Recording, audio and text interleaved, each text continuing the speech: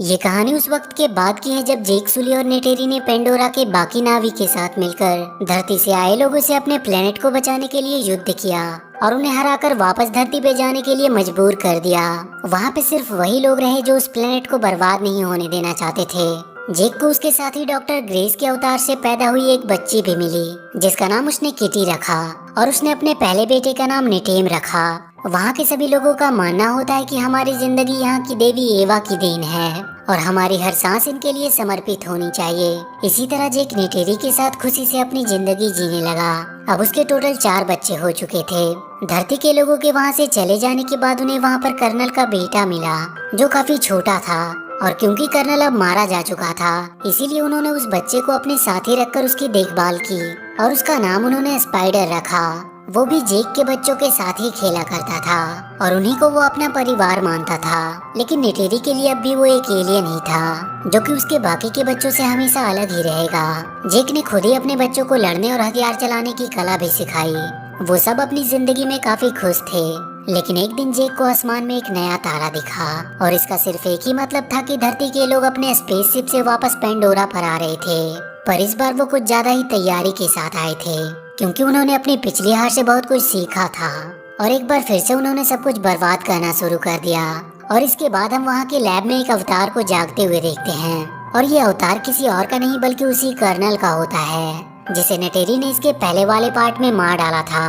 उसमें कर्नल की सारी यादों को एक इलेक्ट्रॉनिक चिप की मदद से डाल दिया गया था और इस बार उसका मकसद जेक सुली को पकड़ना था जो आए दिन पेंडोरा के बाकी नाविक के साथ मिलकर वहाँ पे चल रहे उनके काम में बाधा डालता रहता था। और आज भी वो अपने लोगों के साथ मिलकर एक हथियार से भरे ट्रेन पर हमला करके सारे हथियार को लूट लेता है। वहीं पे हम उसके दोनों बेटों को देखते हैं। वो भी अपने डैड की तरह ही काम करना चाहते थे और इसीलिए वो भी वहाँ के हथियारों को लूटने चले गए।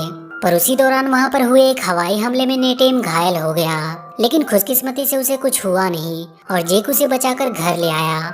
वहाँ पे बहुत सारे नावी पहाड़ों की गुफा में छुपकर रहा करते थे क्योंकि इंसानों ने वहाँ पे आकर उनके घरों को तबाह कर दिया था।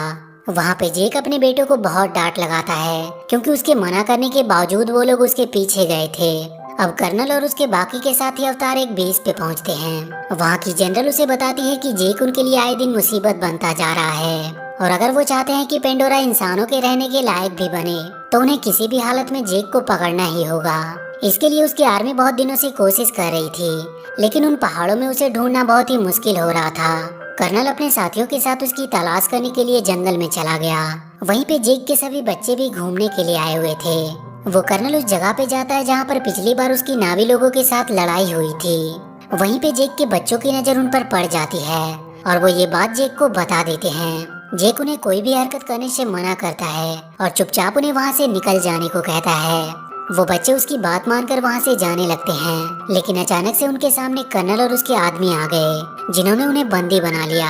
कर्नल स्पाइडर को देखकर पहचान लेता है कि वो उसी का बेटा है। वो उन सबको अपने साथ ले जाने की तैयारी करने लगे लेकिन तब तक वहाँ पर जेक और नेटेरी भी पहुँच चुके थे और वो दोनों छुपकर अपने हथियारों से उन पर हमला कर देते हैं और वो किसी तरह उन बच्चों को वहाँ से भगाने में कामयाब रहते हैं। लेकिन इन सब में स्पाइडर पकड़ा जाता है और कर्नल उसे उठाकर अपने साथ ही ले जाता है। जेक अब अपनी फैमिली की सेफ्टी के लिए उन्हें कहीं दूर ले जाना चाह रहा था क्योंकि अब स्पाइडर पकड़ा जा चुका था और उसे डर था कि कहीं वो उन्हें उनका पता ना बता दे जिससे उसकी वजह से उसके बाकी के सारे लोग भी मारे जा सकते थे। इधर स्पाइडर को वो लोग जेक का पता बताने के लिए बहुत टॉर्चर कर रहे थे पर वो किसी भी हाल में उनके सामने झुकने को तैयार नहीं था। इसीलिए कर्नल खुद अपने तरीके से उसे समझाने की कोशिश करता है। वो उसे वहाँ से बाहर निकालने का लालच देता है। इधर जेक अपने कबीले का मुखिया किसी और को बनाकर अपनी पूरी फैमिली को लेकर वहाँ से कहीं और जाने के लिए निकल जाता है जहाँ उसे वो इंसान कभी ढूंढ ना सके।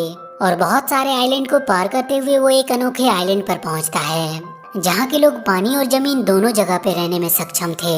वहाँ के सारे लोग उन्हें देखकर वहाँ पे इकट्ठा हो जाते हैं। वो अपने से अलग लोग को देखकर थोड़ा हैरान भी थे और थोड़ी ही देर में वहाँ पर उनका मुखिया भी आ जाता है। जेक उनसे आग्रह करता है कि वो उसकी फैमिली को वहाँ पर रहने की इजाजत दे दे पर वहाँ का मुखिया उससे कहता है कि वो लोग पानी में रहने वाले हैं और वो लोग उनके साथ रह नहीं पाएंगे। लेकिन जेक का मानना था कि वो लोग बहुत जल्द उनके तौर तरीके सीख जाएंगे और बहुत जल्द वो अपने आप को इस काबिल बना लेंगे कि वो वहाँ पे आराम से रह सके। मुखिया उसकी बातों को मान लेता है और उन्हें वहाँ रहने की इजाजत दे देता है। वो अपने बेटे और बेटी को यह जिम्मेदारी सौंपता है कि वो उन्हें यहाँ पर रहने के तरीके सिखाए। और उसी दिन से वो लोग उनके साथ पानी के अंदर रहने और वहाँ के क्रिएचर की सवारी करने की ट्रेनिंग शुरू कर देते हैं। सभी को शुरू में बहुत दिक्कत हो रही थी ज्यादा देर तक पानी के अंदर रहने में, लेकिन किटी पानी के अंदर बहुत ही आराम से रहना सीख गई थी। जेक भी वहाँ के मुखिया के साथ उन पानी में रहने वाले क्रिएचर की सवारी करने की ट्रेनिंग कर रहा था, पर उसे भी स्टार्टिंग में काफी दिक्कत हो रही थी। इधर कर्नल स्पाइडर को लेकर अपने लिए एक इकरान चुनने आया था ताकि वो पूरी तरह से एक नावी बन जाए, और बहुत ही जल्द वो एक इकरान को अपने लिए चुन लेता है। जेक के बच्चे भी धीरे धीरे सब कुछ वहाँ पर सीखने लगे थे। एक दिन मुखिया का बेटा और उसके दोस्त किटी की हरकतों का मजाक उड़ाते हैं, जिसकी वजह से उनकी किटी के भाई नीटेम और रॉक से लड़ाई हो जाती है। बाद में जेक अपने बेटे को समझाता है कि उन्हें वहाँ पर रहना है और इसीलिए वो सबसे दोस्ती बनाकर रखे।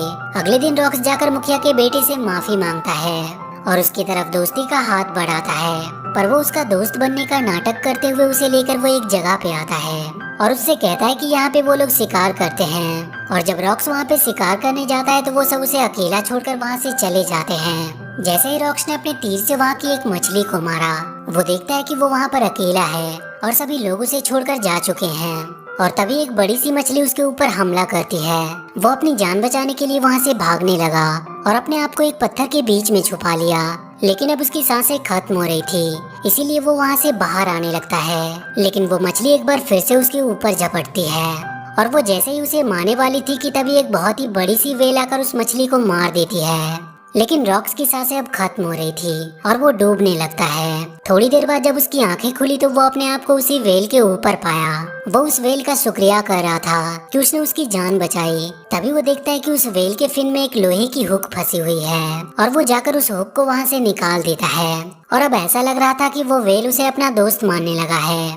वो उसे लेकर उस आइलैंड पर पहुँचा देता है जहाँ पे सभी लोग रॉक्स को काफी देर से ढूंढ रहे थे। मुखिया अपने बेटे की गलती की सजा देने की बात करता है, लेकिन रॉक्स कहता है कि इसमें सारी गलती उसकी खुद की है। इस बात से अब वो लड़का भी उसका सच में दोस्त बन जाता है। अगले दिन रॉक्स सबको बताता है कि एक वेल ने उसकी जान बचाई, जिसका ऊपर का एक फिन कटा हुआ था। मुखिया की बेटी उसे तुरंत पहचान जाती है और वो बताती है कि उसे टुकून कहा जाता है, लेकिन जिसे उसने देखा उसका नाम पायाकन है, जिसे सबसे अलग और अकेला कर दिया गया क्योंकि लोगों का कहना था कि वो एक हत्यारा है जिसने कई सारे नावी को मारा था। लेकिन रॉक्स ये बात मानने को तैयार नहीं था क्योंकि उसने उसकी जान बचाई थी। वो वहाँ से सीधा पाइकन से मिलने गया और उससे पूछने लगा कि उसे सबसे अलग क्यों कर दिया गया। वो पाइकन उसे लेकर समुद्र की गहराइयों में चला गया। इधर कर्नल अपने साथियों के साथ जेक की खोज में था। वो एक बहुत बड़े से जहाज जो टुकुन का शिकार किया करते थे, उनकी मदद से वो वहाँ से दूर हर एक आइलैंड की छानबीन करने का सोचता है। और थोड़ी ही देर में वो लोग उस आइलैंड पर पहुंच जाते हैं और वहाँ के लोगों को टॉर्चर करके उनसे जेक के बारे में पूछने लगते हैं, लेकिन कोई भी उन्हें कुछ भी बताने को तैयार नहीं था, इसीलिए वो उनके पूरे गांव को ही जला देता है। जेक उसी आइलैंड के दूसरी छोर पे रह रहा था। वहाँ का मुखिया उसे बताता है कि वो लोग उसे ढूंढते हुए उनके आइलैंड तक पहुँच चुके हैं। जब गांव वाले कर्नल को कुछ नहीं बताते हैं तो उसे एक आइडिया आता है और वो उनके इलाके के टुकुन का शिकार करने का डिसाइड करता है ताकि ये देखकर सारे गांव वाले उनकी ताकत को जान सके। इधर रॉक्स पाइकन के साथ बॉन्ड बनाकर उसके बारे में जानता है कि उसे सबसे अलग क्यों किया गया। रॉक्स उसमें देख पाता है कि कैसे हंटर्स ने उन पर हमला किया था, जिसमें कई नावी और टुकुन मारे गए, लेकिन सबने उसे ही किलर समझा। इधर वो हंटर अपने आधुनिक मशीनों का इस्तेमाल करके बड़े से टुकुन को बड़े ही आसानी से मार गिराते हैं और उसे मारकर उसके अंदर से वो कोई फ्लूइड बाहर निकालते हैं, जिसके इस्तेमाल करने से इंसान की उम्र बढ़ती नहीं थी और इसीलिए वो काफी महंगा भी बिकता था। वो लोग उस टुकुन की लाश को उस आइलैंड के पास फेंक देते हैं, जिसे देखकर वहाँ के लोग काफी ज्यादा दुखी हुए क्योंकि वहाँ के रहने वाले सारे जानवर उनके परिवार के एक हिस्से की तरह ही थे। वो सब गुस्से में अब उन इंसानों से लड़ने का डिसाइड करते हैं, लेकिन जेक उन सबको समझाता है कि वो उनसे लड़कर जीत नहीं सकते क्योंकि उनके पास उनसे कई गुना ज्यादा आधुनिक हथियार हैं। वहीं रॉक्स को पाइकन की चिंता हो रही थी, इसीलिए वो उससे मिलने के लिए जाने लगा, लेकिन उसके भाई बहन उसे कहीं भी जाने से मना कर रहे थे और वो सब उसे रोकने के लिए उसके पीछे जाने लगे।